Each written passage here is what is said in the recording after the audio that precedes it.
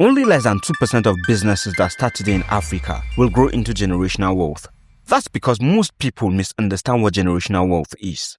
They think it starts with big money, foreign investors, or sudden breakthroughs. But across Africa, the families that quietly build wealth that lasts decades do the opposite. They start small, they focus on basic human needs, they build systems slowly, and over time, those systems become companies, and those companies become family assets. My name is Tim, and I'm the leader of the Wealth Team. On this channel, we're on a mission to raise thousands of African millionaires before the next 1 year. Subscribe and be a part of this journey and have the opportunity of being among the thousands. This video is not about fast money. This is about the kinds of businesses that smart Africans quietly build for generational wealth, starting from very realistic capital and growing them into structured companies that can be passed on to the next generation and the next. We'll be going through these businesses one by one on a countdown, starting from number 11 all the way to number 1. Now, for those who watch to the end, I'll be revealing 3 simple ways of turning a business into a legacy. Now, let's begin with number 11, which is bulk seed and fertilizer distribution network. Bulk seed and fertilizer distribution is one of the smartest, most underrated paths to generational wealth in Africa. Farmers don't have a choice. Every single planting season, they must buy seed and fertilizers. Rain or shine, boom or recession, the demand never stops. This is guaranteed recurring revenue most businesses can only dream of. The beauty is you don't need millions, factories, or even a warehouse to start. Many of today's biggest distributors began with just $300 to $800. Here's how the smart ones do it. They start as local agents. They partner with one trusted seed company and one fertilizer wholesaler. Farmers pre-order and pay deposits. You collect the orders, buy exactly what's needed, deliver, and pocket 20 to 40% margin. Zero waste, zero unsold stock. This simple pre-order system builds unbreakable trust. Farmers spread your name. Cooperatives start calling. As trust grows, you register a company, rent a small storage, print branded bags, and begin supplying other agents across districts. You negotiate exclusive deals with suppliers. You now control the flow. When it's time to pass it on, your children don't inherit bags of fertilizer. They inherit a system that has supply contracts, regional networks, licenses, customer databases, and a brand farmers trust for generations. That's how a roadside trader quietly builds an agricultural empire that feeds family forever. Then to number 10, cassava processing into gari, flour, or starch. Cassava is one of Africa's most consumed crops, but the real money is not in growing cassava itself, it is in processing it. This business does not require a factory to start. In fact, many successful cassava processors began with very basic tools, manual processing, and rented equipment. At the lowest level, someone can start by processing gari into small batches. You source cassava from local farmers, process it manually or using rented equipment, and sell to local markets. At this stage, capital is low, but knowledge is growing. What matters most here is consistency. Consistency in taste, consistency in dryness, and consistency in cleanliness. That is what makes buyers return. As demand grows, you move from selling in open markets to supplying small shops and food vendors. The next stage is systemization. You secure steady cassava supply by building relationships with farmers.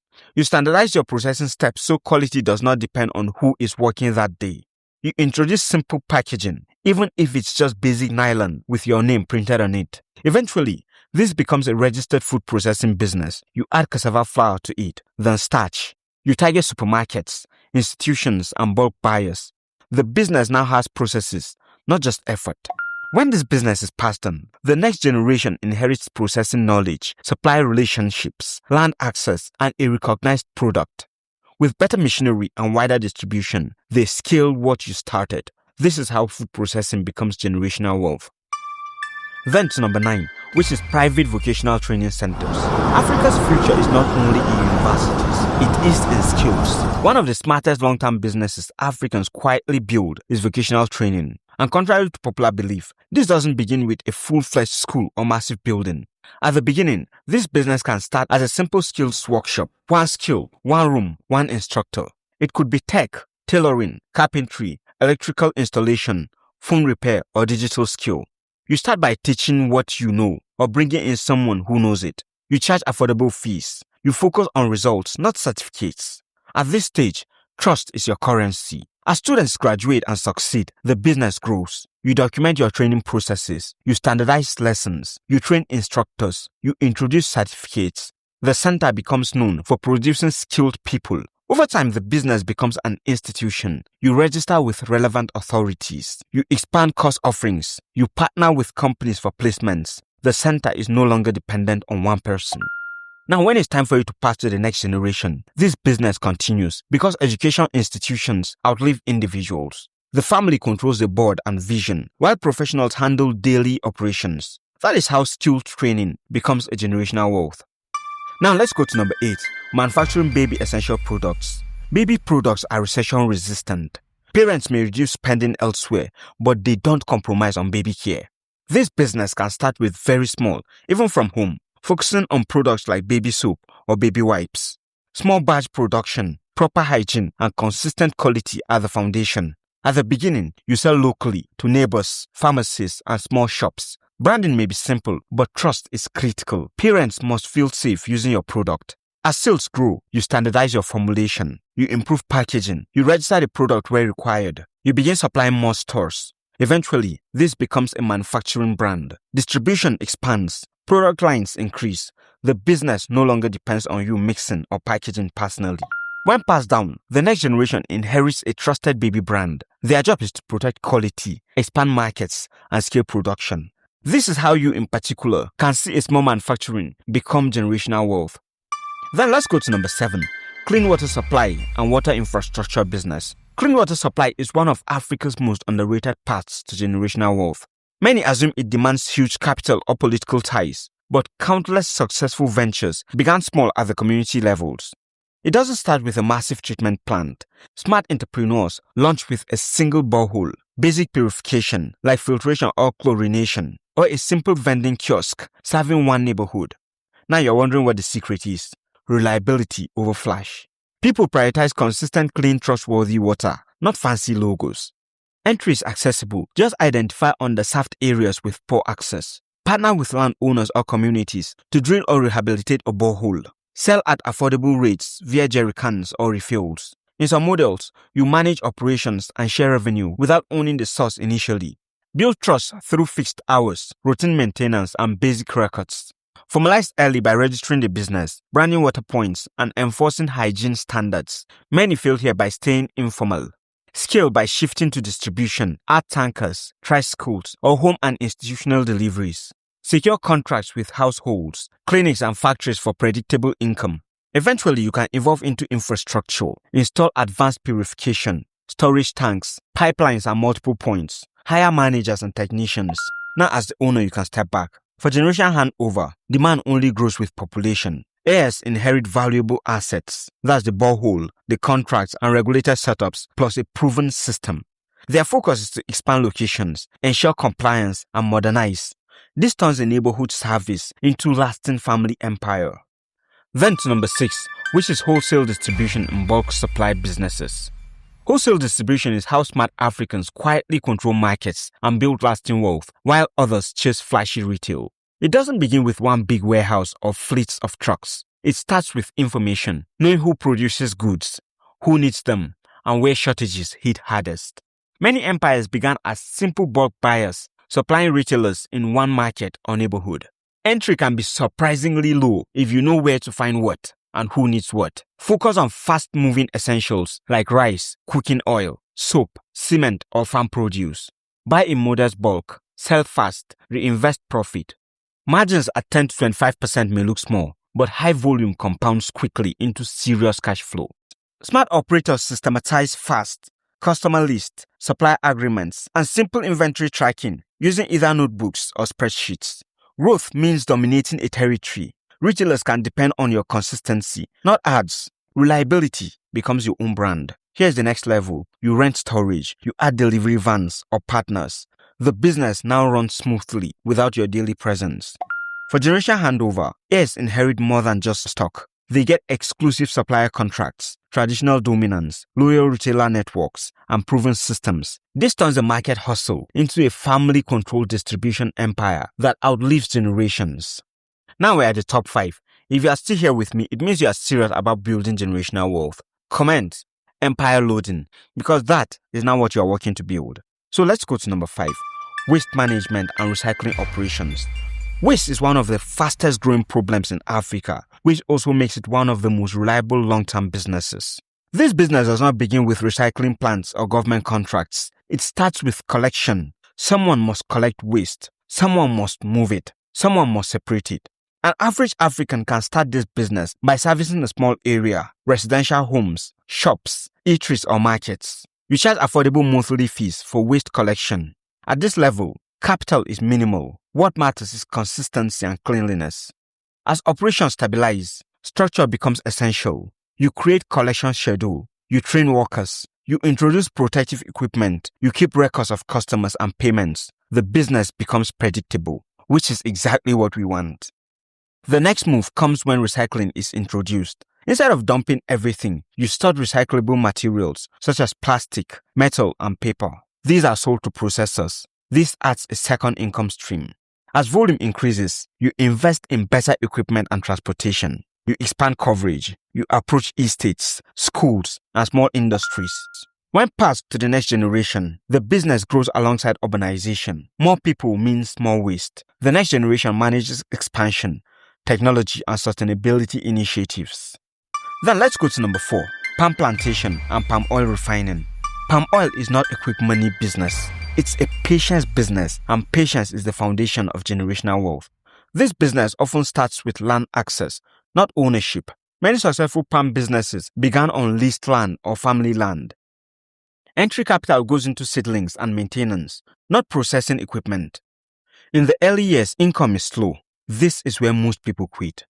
Smart generational wealth builders understand that palm trees are long-term assets. While waiting, they may sell palm fruits or partner with processors. As trees mature, production increases naturally. At this stage, the business transitions from farming to processing. Small-scale palm oil processing begins. Value is added. Income improves significantly. The key shift is branding and quality control. Instead of selling unbranded oil, you standardize processing, packaging, and pricing. You build trust with buyers. Over time, refining equipment is added. Distribution expands beyond local market. The business becomes vertically integrated from plantation to product. When passed on to the next generation, this is not just a business. It is land, trees, equipment, and a brand reputation. The next generation does not start from zero. They inherit a producing asset that grows every single year. That is generational wealth in its purest form. The one I will leave for my own children. Now we're at the top 3, where only those who are serious to build generational wealth are still watching. So let's go to number 3, agro processing for export. Export businesses are often misunderstood. Many people think you need containers, foreign offices, or large capital to start. In reality, most exporters begin as learners, not exporters. This business often starts locally. You buy produce from farmers and sell to exporters. You learn quality standards, packaging requirements, and documentation. You earn margins while gaining knowledge. As confidence grows, you take control of processing. You clean, sort, dry up, or package produce to meet export standards. At this stage, you may still sell through established exporters, but under your brand. The transition to exporting under your own name happens gradually. You secure certifications. You build buyer relationships. You ship small quantities. Risk is controlled. What makes this business generational is currency. Export earnings are usually in dollars. This protects wealth from local currency fluctuations. It also opens access to global markets. When passed on, the next generation inherits licenses, buyer relationships, and compliance systems. Their role is expansion and product diversification. This is how African families quietly built international wealth when you thought they were just playing. Then let's go to number 2, industrial warehousing, which is the e-commerce backbone.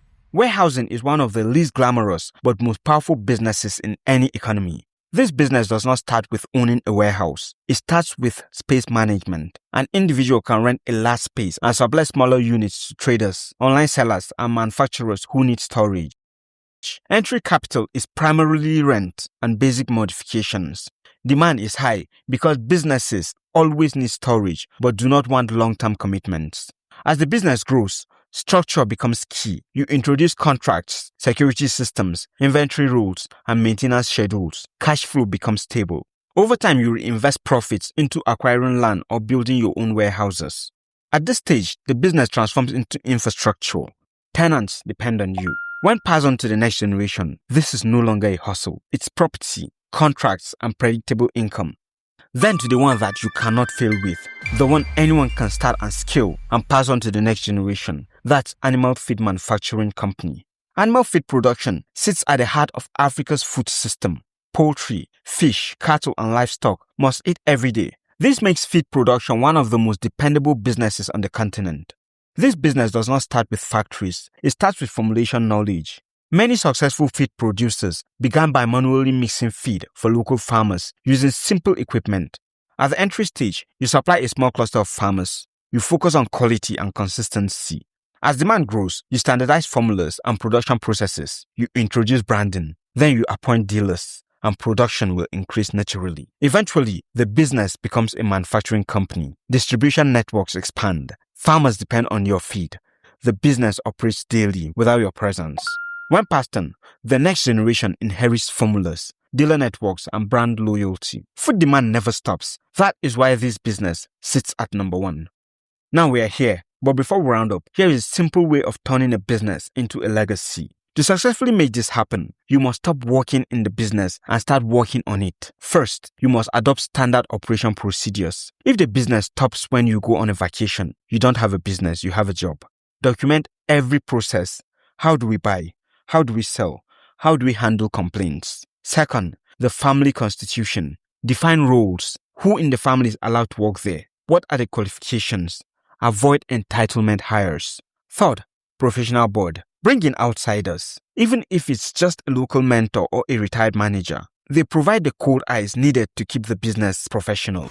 Generational wealth in Africa is not built overnight. It's built by starting small, structuring early, and focusing on essential needs. The businesses that last are the ones society cannot do without. If you build systems instead of hustles, companies instead of shortcuts, and brands instead of noise, you don't just build a business, you build generational wealth. If you found this helpful, don't forget to like, subscribe, and comment.